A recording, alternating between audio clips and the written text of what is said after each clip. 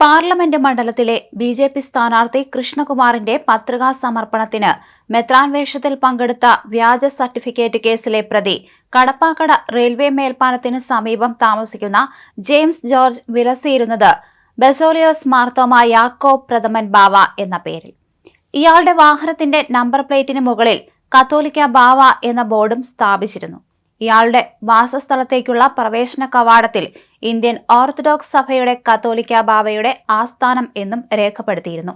എന്നാൽ കോട്ടയം ദേവലോകം കേന്ദ്രീകരിച്ചുള്ള മലങ്കര ഓർത്തഡോക്സ് സഭയുടെ മറ്റൊരു പേരാണ് ഇന്ത്യൻ ഓർത്തഡോക്സ് സഭയെന്ന കാര്യം പലർക്കും അറിയാത്തതും ഇയാളുടെ മെത്രാൻ വേഷത്തട്ടിപ്പിന് വളമായി. യഥാർത്ഥ കത്തോലിക്ക ബാവയാണ് ജെയിംസ് ജോർജ് എന്ന് തെറ്റിദ്ധരിച്ചായിരുന്നു പലരും ഇയാളുടെ തട്ടിപ്പിന് ഇരയാക്കപ്പെട്ടത്. ജെയിംസ് ജോർജ് നടത്തി വന്നിരുന്ന modern group of education and കൺസൾട്ടൻസിയുടെ മുകൾ നിലയിൽ ഒരു പള്ളിയും സ്ഥാപിച്ചിരുന്നു. ഇവിടെ ചിലരെ വൈദികരായി നിയമിച്ചു. പ്രതിമാസം 10,000 രൂപ നിരക്കിൽ ശമ്പളം നൽകുമെന്നായിരുന്നു വാഗ്ദാനം. എന്നാൽ ഇവർക്ക് ഭക്ഷണം മാത്രമേ നൽകിയിരുന്നുള്ളൂവെന്ന് പറയപ്പെടുന്നുണ്ട്.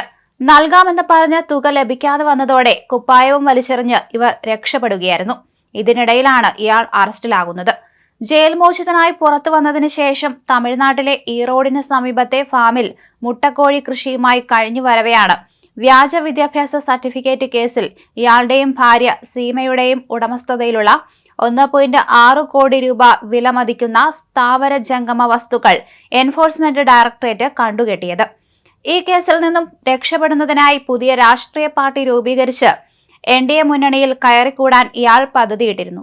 ഇതിന്റെ ആദ്യ പടിയായിട്ടാണ് കൃഷ്ണകുമാറിന്റെ തെരഞ്ഞെടുപ്പ് പ്രചരണ പരിപാടിയിൽ പങ്കെടുത്തത് എന്നാണ് വിവരം.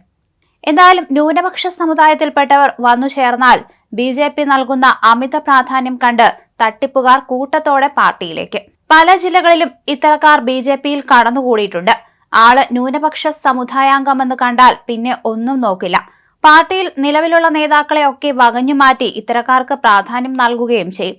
ഇത്തരമൊരു തട്ടിപ്പുകാരൻ കൊല്ലത്തെ ബി.ജെ.പി. സ്ഥാനാർത്ഥി കൃഷ്ണകുമാറിന് വലിയ പണി തന്നെയാണ് കൊടുത്തിരിക്കുന്നത്.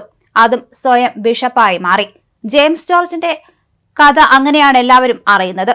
വ്യാജ സർട്ടിഫിക്കറ്റ് വിൽപ്പന നടത്തിയതിനും തട്ടിപ്പിനും വിശ്വാസവഞ്ചനയ്ക്കും അറസ്റ്റിലായ കടപ്പാക്കട മോഡേൺ ഗ്രൂപ്പ് ഉടമ ജെയിംസ് ജോർജ് അങ്ങനെ കൃഷ്ണകുമാറിന് പണി കൊടുത്തു.